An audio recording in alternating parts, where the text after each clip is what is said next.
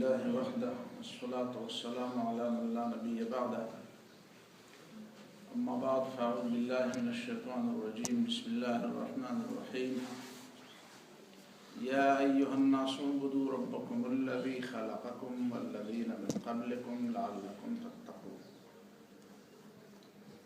صدق الله العظيم.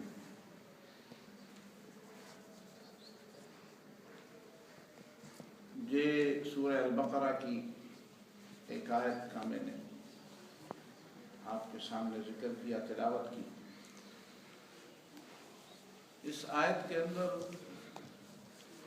جس بات کو زیادہ اہمیت کے ساتھ بیان کیا گیا ہے اس کی طرف توجہ بہت کم ہوتی ہے. یا ایھا الناس اعبدوا ربکم، اے لوگوں اپنے رب کی بندگی کرو. بظاہر تو لگتا ہے کہ ہمیں بندگی رب کا حکم دیا جاتا ہے، لیکن آگے کی تفصیلات میں بندگی رب کی اہمیت، بندگی اور بندگی رب، بندگی کے بجائے بندگی رب کی اہمیت کی بات کی جاتی ہے. اس کا صاف مطلب یہ ہے کہ بندہ تو پیدائشی بندہ ہے، انسان تو پیدائشی بندہ ہے، بندگی سے تو وہ آزاد نہیں ہو سکتا. وہ چیخے مارے، انکار کرے، ہزار دفعہ کہتا رہے کہ میں کسی کا بندہ نہیں ہوں، میں آزاد ہوں، لیکن وہ ہے بندہ، پیدائشی بندہ ہے. وہ اپنی مرضی سے دنیا میں نہ آیا ہے نہ دنیا سے جا سکتا ہے. وہ نہ اپنی مرضی سے کسی خاندان میں پیدا ہوا ہے، نہ اپنی مرضی سے کسی جینڈر کو لے کر پیدا ہوا ہے. وہ مرد پیدا ہے تب بھی اپنی مرضی سے نہیں پیدا ہوا، وہ عورت پیدا ہوئی ہے تب بھی اپنی مرضی سے پیدا نہیں ہوا. وہ کس خاندان میں پیدا ہوا یہ اس کی مرضی نہیں تھی. وہ کون سی شکل، کون سی صلاحیتیں، کتنی اور کون سی قد و قامت لیے دنیا میں آیا یا آئی، یہ اس کی مرضی سے نہیں ہوا، نہ اس کے والدین کی مرضی سے ہوا، نہ کسی اور کی مرضی سے ہوا. دنیا میں وہ موت سے آزاد نہیں ہو سکتا اور آخرت میں زندگی سے آزاد نہیں ہو سکتا.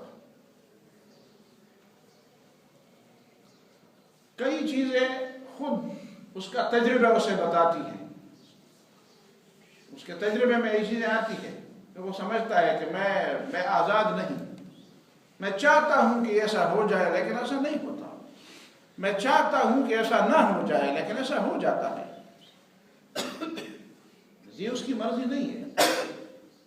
تھوڑی سی آزادی اس کو دی گئی ہے، تھوڑی سی آزادی جس میں اس کا امتحان ہے، جس میں اس کی آزمائش ہے، جس میں اس کو پرکھا جاتا ہے، جس میں اس کے انعام اور سزا کا دار و مدار اس پہ رکھا گیا ہے کہ تھوڑی سی تمہیں آزادی ہے، تم جھوٹ بھی بول سکتے ہو، سچ بھی بول سکتے ہو،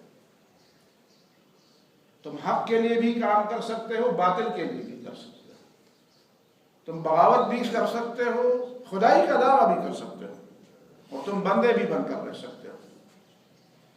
تم حق کو ادا بھی کر سکتے ہو، حق کو مار بھی سکتے ہو.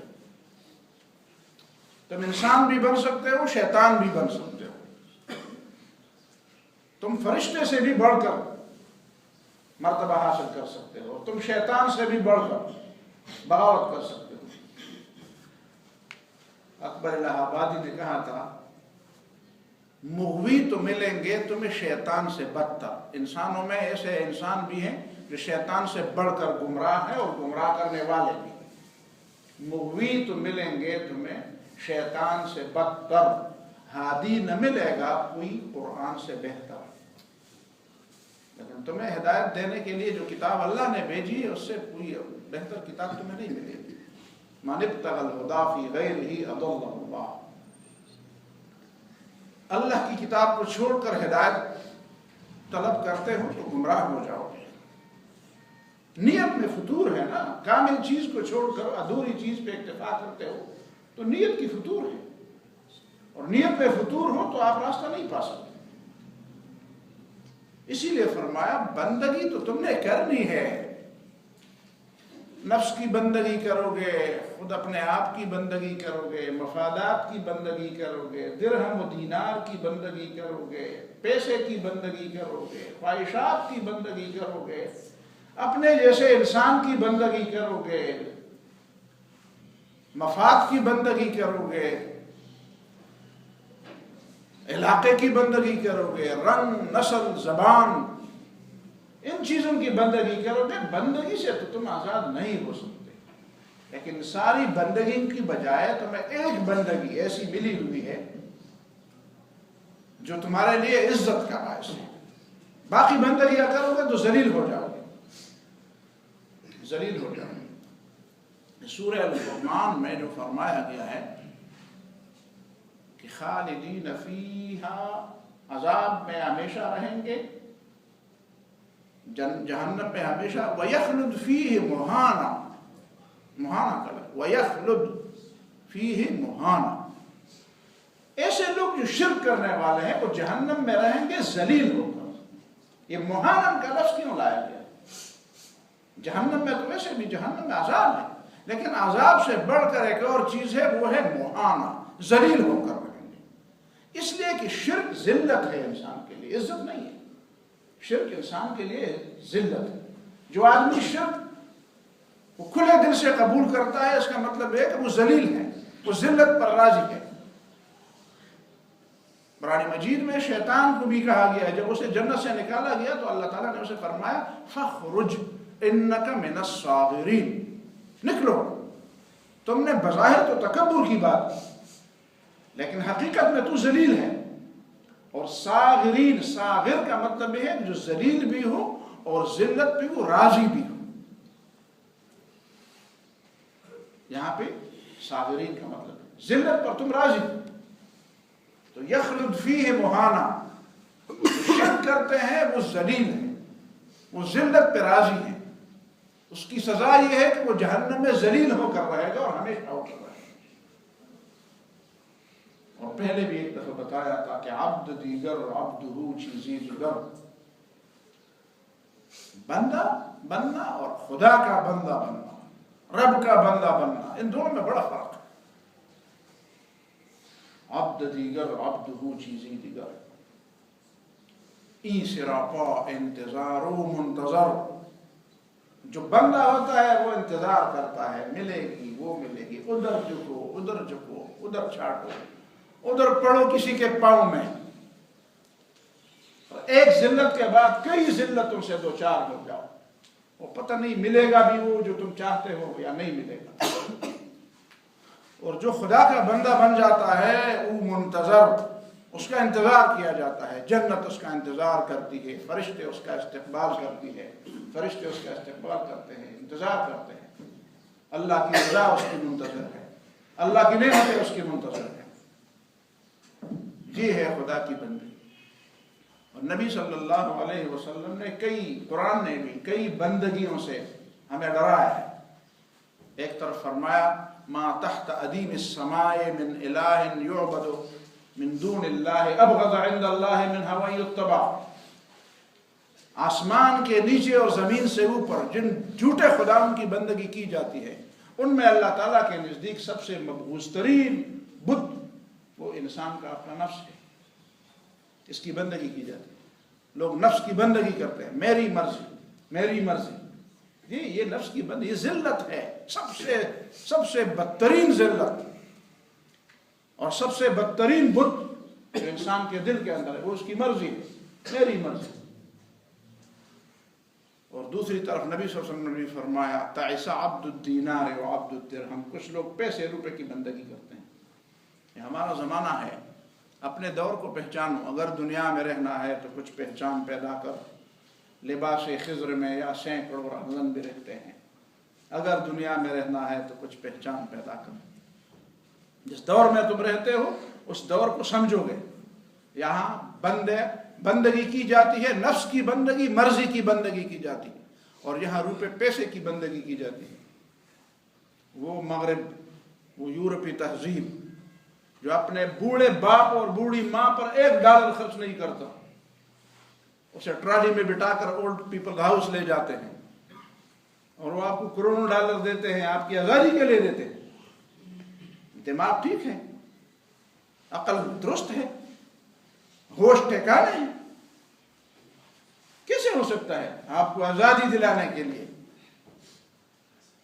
آپ رپورٹیں پڑھیں وہاں پہ جو آزادی اور خاص کر عورتوں کی آزادی کے حوالے سے جو سیمینار ہوتے ہیں، جو ورکشاپس ہوتے ہیں، جو مختلف جگہوں پر، ادھر کسی موضوع پر ہے، ادھر کسی اور موضوع پر ہے، اسے کسی اور موضوع پر ورکشاپ ہیں، پڑھیں ان چیزوں کو، کیا کیا ہے وہاں پہ کیا سمجھایا جا رہا ہے۔ عورت کو خود مختار بنانا ہے، خود مختار بنانا، کیسے خود مختار بنانا ہے؟ اسے کمانے کا ذریعہ بنانا۔ یہ جو اسلام نے بات کی تھی، اچھا مرد اٹھائے گا اس کے اخراجات، وہ کہ یار میں کیوں اس کے اخراجات اٹھاؤں، خود کما سکتی ہوں تو کماؤں نا۔ اور نام اس کو دیا تمہاری معاشی آزادی کا، تم معاشی طور پر آزاد ہو جاؤ گی، خود مختار ہو جاؤ گی۔ اور بنیادی بات کیا تھی کہ میں تمہارا خرچہ کیوں اٹھاؤں؟ ہم اکٹھے رہتے ہیں، پارٹنرشپ ہے، پارٹنرشپ ہے، نکاح نہیں ہے، پارٹنرشپ ہے۔ تمہاری بھی ضرورت ہے، میری بھی ضرورت ہے، میں تمہارا خرچہ کیوں اٹھاؤں؟ اس کے جسم سے فائدہ اٹھانا، اس کے حسن سے فائدہ اٹھانا، اس کی جوانی سے فائدہ اٹھانا، کاروبار میں اس کی جوانی، اس کے جسم اور اس کے حسن کو کاروبار بنانا، کموڈٹی بنانا، اس سے فائدہ اٹھانا۔ کیوں ان کو بٹھاتی ہے سیل گرد بنا کر؟ کیوں بٹھاتی ہیں؟ تاکہ لوگ دیکھیں تو دیکھتے ہی دیکھتے رہ جائیں، کچھ نہ کچھ چیزیں خریدنے کے بہانے تو مجھے کچھ 2-4 لمحے مل جائیں گے، اسی لیے تو یہ چیزیں ہیں۔ یہ بنیادی چیز ہے۔ اچھا نکاح سے کیوں آزاد ہو گئے؟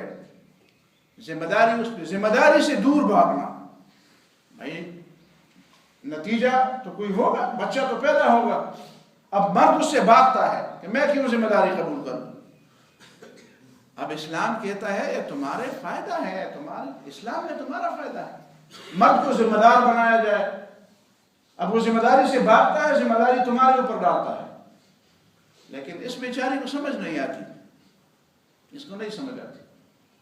اسے نعرے دیے گئے ہیں، تمہاری مرضی چلے گی، تمہیں آزادی ملے گی، تم اپنے خود مختار ہوگی۔